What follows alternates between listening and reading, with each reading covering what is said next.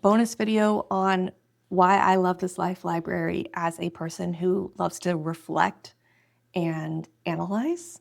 And maybe this video is for you if you are like, I built this library and I want to know what it says about me rather than I want to use it to connect with others. Like, I just want to look internally.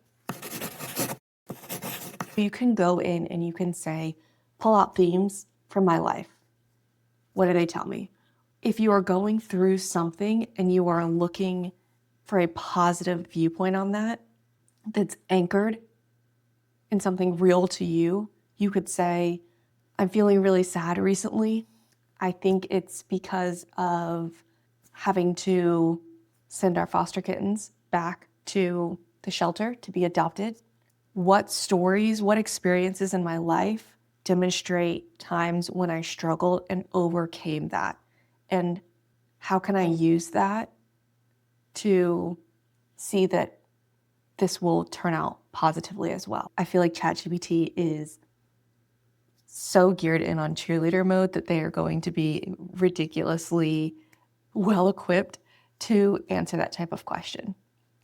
So not only like is the model able to be positive in response to you, but now you have this life library where they can pull from and be like, okay, you've lost a pet before and you were able to find joy in new life, even though you couldn't imagine going through that again in the moment, right? You're not just getting like generic, like, it's gonna be okay. There's an experience that you've shared that can now be mirrored back to you of, you've done this before, you can do it again. Did you know you could throw in personality tests and have that analyzed alongside your experiences? I did 7 tests.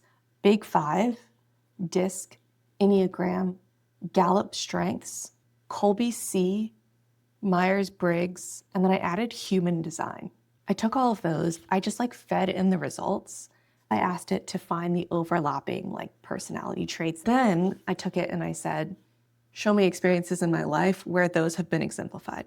There's just like this cool level of like self-reflection you can do, whether it's intentional or just like, hey, I bet there's some themes that could be pulled out and I could learn about myself from those.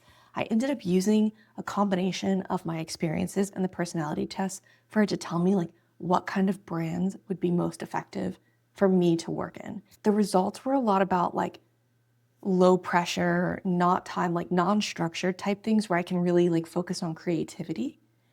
What I think was interesting was that I decided if I were going to start new businesses, that I will focus on aligning them with this new insight of, it's hard for me to run a service-based business. And I have a successful one, and I'm not trying to like stop doing that. But when it comes to taking time that I'm going to spend on additional projects, I'm going to focus those on things that free up my mind and my creativity and my time so I can focus on stuff that I really love and feeling more energized and engaged than I currently feel with some of the service-based stuff. I also asked it to pull out like core beliefs that I held that were exemplified by these stories, and then to retell those to me with my own stories. It just was for me to kind of like see, is AI mirroring back what I feel? And to have like something I can look at when I'm looking for a little clarity or some sort of motivation on how I want to move forward. I will leave you guys with the excitement of what else you could do if you're like me and you want to explore like the self-discovery side of this life library, maybe personality tests, whatever else you want to add into it and just kind of like converse with ChatGPT and maybe understand yourself a little bit more. I hope you guys have fun with that.